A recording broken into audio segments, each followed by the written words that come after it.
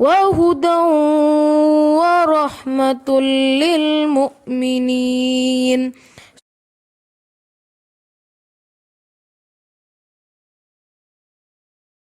اعوذ باللہ من الشیطان الرجیم، بسم اللہ الرحمن الرحیم۔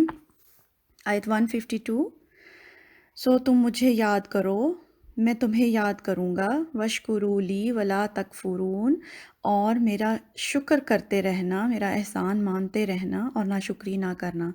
اس آیت میں، چھوٹی سی آیت ہے، اللہ سبحانہ و تعالیٰ ہمیں بتا رہے ہیں، پچھلی جتنی آیات گزری ہیں نا اس میں کافی ساری نعمتوں کا ذکر ہوا ہے، یعنی کون کون سی نعمتیں کہ اللہ تعالیٰ نے بنی اسرائیل سے امت مسلمہ کا خطاب لے کر ہمیں دیا، یہ نعمت ان سے لے کر ہمیں دی گئی، پھر قبلہ ہمارا چینج ہوا، مرکز چینج ہوا، اور اللہ نے ہمارے اندر ایک رسول بھیجا، اور اس رسول نے ہمیں صلی اللہ علیہ وآلہ وسلم ہمیں کتاب سکھائی، تعلیم دی، تزکیہ کیا، ہماری تربیت کی، ہمیں وہ باتیں سکھائیں جو ہم پہلے نہیں جانتے تھے۔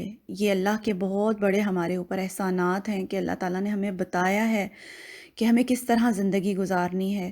تو اللہ اب اس آیت میں یہ کہہ رہے ہیں کہ جب تمہیں نعمتیں ملیں تو کیا کرنا چاہیے؟ اللہ کا بہت ذکر اور اللہ کا بہت شکر۔ ذکر اور شکر، ذکر کیا ہوتا ہے؟ ذکر یعنی اللہ تعالیٰ کو یاد کرنا، اور ذکر کی جو بیسٹ ٹائپس ہیں وہ ہے نماز اور قرآن، کیونکہ جب آپ اللہ سے بات کرنا چاہیں تو آپ کس طرح کریں گے؟ آپ نماز پڑھیں گے، اور جب اللہ کی بات آپ کو پتہ چلے گی، وہ کہاں سے پتہ چلے گی؟ قرآن سے۔ تو ذکر کرنے کا مطلب ہے اللہ کو بہت زیادہ یاد کرنا، دل میں بھی، زبان سے بھی اللہ کا بہت سارا ذکر کرنا، اور عمل سے بھی۔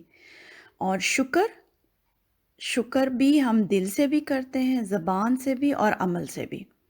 شکر ایک عملی کیفیت کا نام ہے، اور آپ کو پتہ ہے کہ شکر ادا کرنا ہمارا پہلا سبق ہے، جہاں سے قرآن پاک سٹارٹ ہوتا ہے نا، تو پہلی آیت قرآن کی کیا ہے؟ الحمدللہ رب العالمین۔ تو اصل مسلمان وہ ہے جو ہر وقت اللہ تعالیٰ کا شکر ادا کرے اور اللہ کا ذکر کرے۔ اور یہ اللہ نے اس آیت میں نا ایک طرح کا وعدہ کیا ہے ہمارے ساتھ، اور اس طرح کی کافی آیات ہیں قرآن میں جس میں اللہ تعالیٰ اس طرح کے وعدے کرتے ہیں۔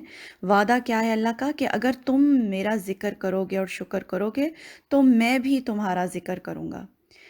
ایک حدیث ہے نا کہ جس میں بتایا گیا ہے، نبی صلی اللہ علیہ وسلم نے ہمیں بتایا ہے کہ جب بندہ اللہ کو اکیلے میں یاد کرتا ہے تو اللہ بھی اس کو اکیلے میں یاد کرتا ہے۔ جب بندہ مجلس میں اللہ تعالیٰ کا ذکر کرتا ہے، بہت سارے لوگ مل کر اللہ کا ذکر کرتے ہیں، تو اللہ تعالیٰ اس سے بہتر مجلس میں اس کا ذکر کرتے ہیں۔ اور اللہ کی مجلس کون سی ہے؟ یعنی فرشتوں میں اللہ تعالیٰ اس بندے کا ذکر کرتے ہیں۔ ہم سب چاہتے ہیں کہ اللہ تعالیٰ ہمیں یاد کریں، ہم سب چاہتے ہیں اللہ ہمارا ذکر کریں۔